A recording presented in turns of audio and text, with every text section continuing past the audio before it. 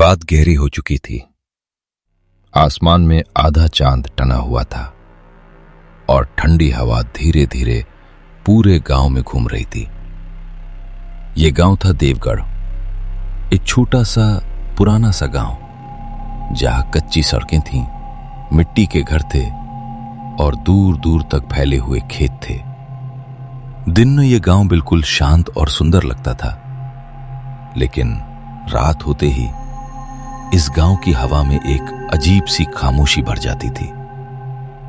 गांव के बाहर पीपल के पुराने पेड़ों के पीछे एक टूटा हुआ सुनसान बंगला खड़ा था। दीवारों पर दरारें थीं, खिड़कियां टूटी हुई थीं और उसका दरवाजा हमेशा आधा खुला रहता था, जैसे कोई अंदर आने का इंतजार कर रहा हो। गांव वाले उस घर को सिर्फ एक ही नाम से जानते थे, भूत बंगला। और अजीब बात यह थी कि गांव में कोई भी उस घर का नाम रात में जोर से नहीं लेता था, जैसे उन्हें डर हो कि अगर नाम लिया तो शायद अंदर कोई सुन ले। देवगढ़ गांव की रातें हमेशा शांत होती थीं, लेकिन उस रात गांव के चौपाल में हल्की हलचल थी। पुराने पीपल के पेड़ के नीचे मिट्टी का चौपाल बना हुआ था। बीच में आग जल रही थी। लकड़ियां धीरे धीरे सुलग रही थीं। जलती लकड़ियों की आवाज रात की खामोशी में गूंज रही थी। आग के चारों तरफ गांव के 3 बुजुर्ग बैठे थे, रामलाल काका, नसीर चाचा और शिवनाथ बाबा। तीनों के चेहरे आग की रोशनी में आधे लाल और आधे अंधेरे में छिपे हुए थे। हवा थोड़ी तेज चल रही थी। पीपल के पत्ते सरसराने लगे। कुछ देर तक तीनों चुप बैठे रहे। फिर नसीर चाचा ने धीरे से खामोशी तोड़ी। आज फिर उस बंगले की तरफ से आवाज आई है। रामलाल काका ने धीरे से सिर उठाया। उनकी आंखों में हल्का डर झलक रहा था। मैंने भी सुना।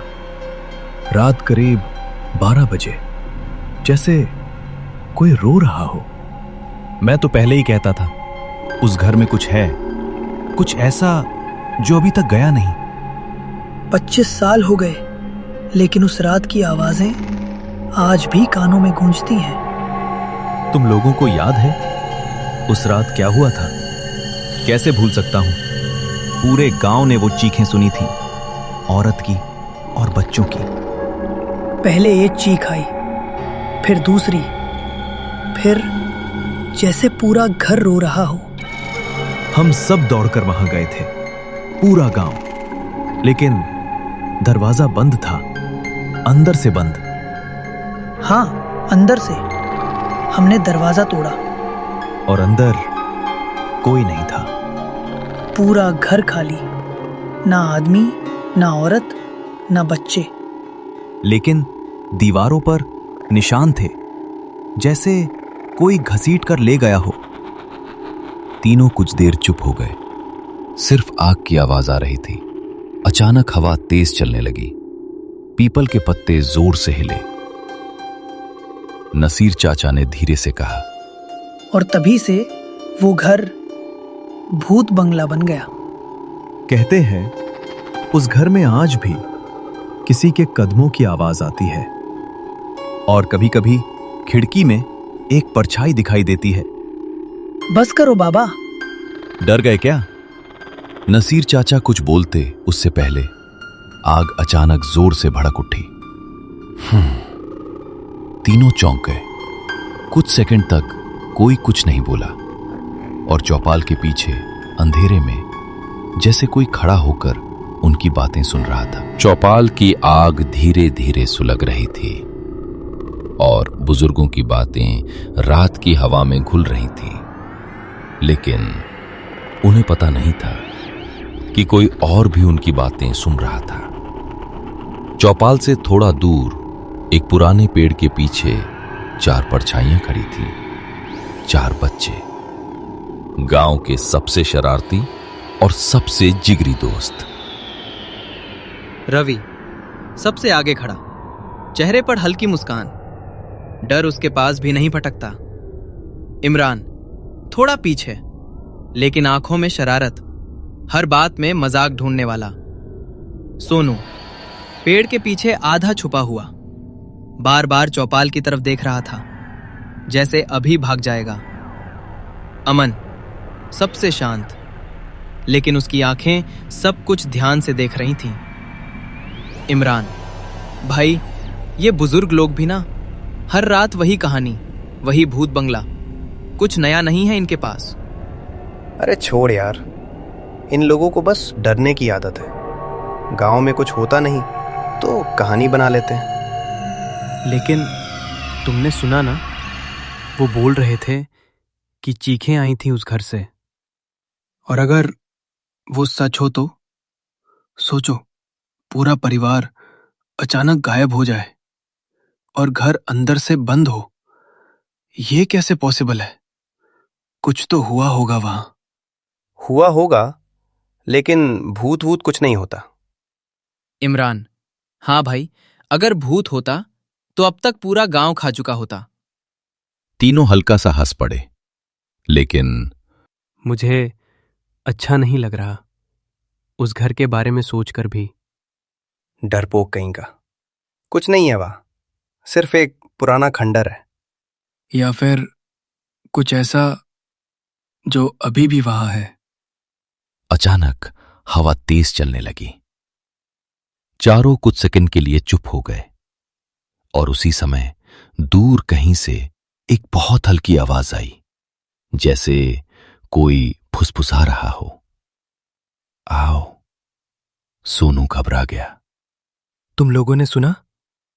कुछ नहीं था, तू ज्यादा सोच रहा है। लेकिन अमन चुप था। वो उस दिशा में देख रहा था जहां से आवाज आई थी। उस रात चारों अपने अपने घर लौट गए, लेकिन उनके दिमाग में सिर्फ एक ही सवाल था, भूत बंगला। रवि का घर एक छोटा सा मिट्टी का घर। अंदर उसकी मां चूल्हे पर खाना बना रही थी। आग की रोशनी पूरे कमरे में फैल रही थी। कहाँ था तू इतनी देर? बस चौपाल पे था। फिर से वही बुजुर्गों की कहानियां सुन रहा था? रवि थोड़ा मुस्कुराया, फिर धीरे से बैठ गया। कुछ सेकंड तक चुप रहा, फिर पूछा, मां, वो जो गांव के बाहर पुराना घर है, सच में वहां कुछ हुआ था क्या? कमरे में खामोशी छा गई। मां ने धीरे से उसकी तरफ देखा।